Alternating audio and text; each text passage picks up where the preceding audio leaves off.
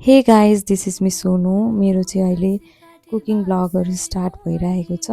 अस्ति अस्ति चाहिँ ऱ्यान्डम ब्लग हाल्थेँ, अहिले चाहिँ कुकिङ ब्लगहरू हाल्न थालेको छु।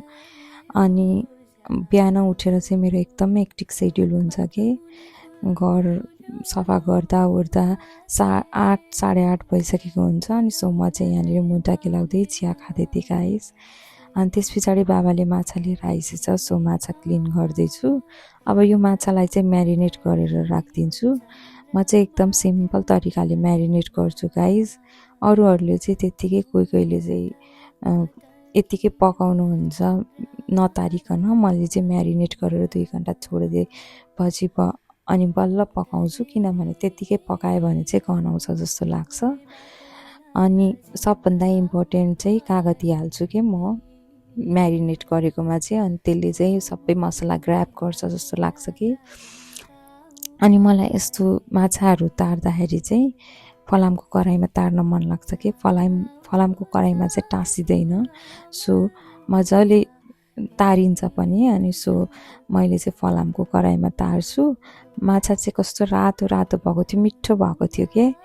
अनि मलाई चाहिँ खासै फ्राई गरेको खानु मन लाग्दैन। अनि फ्राई गरिसकेपछि मैले एउटा दिनेशलाई चाख्न दिएको थियो, अनि उसले मिठो छ भनिरहेको थियो। अनि म चाहिँ झोल हाल्छु कि। अनि मेरो यहाँ फ्राई गरेको माछा पनि रेडी भइसक्यो गाइस। अनि झोलको लागि मैले मसला रेडी गरेँ। मसलामा चाहिँ जिरा, धनियाँ, अनि 2टा सुकेको खोर्सानी अनि तोरी हालेर चाहिँ ग्राइन्ड गरेको थिएँ। अनि त्यस पछाडि प्याज पनि काटेको थिएँ। अनि प्याजलाई चाहिँ मजाले तेलमा फुराइसकेपछि बेसार हाल्छु मैले चाहिँ। अनि बेसार हालेर पनि एकछिन पकाउँछु। अनि त्यति गरिसकेपछि अघिको ग्राइन्ड गरेको मसला हालेर मजाले पकाउँछु। त्यो मसला पनि पाक्नुपर्छ कि। अनि त्यस पछाडि कश्मिरी मिर्च हालिदिन्छु, अनि करी मसला हालिदिन्छु। मसँग चाहिँ फिस मसला थिएन, सो मैले करी मसला युज गरेँ। अनि टमेटो प्युरी पनि रेडी गरेको थिएँ अघि, त्यो पनि हालेर मजाले पकाउँछु। अनि पकाउँदा पकाउँदा त्यहाँबाट तेल निक्लिन थाल्छ। अनि त्यस पछाडि म माछा हालिदिन्छु अघि तारेको।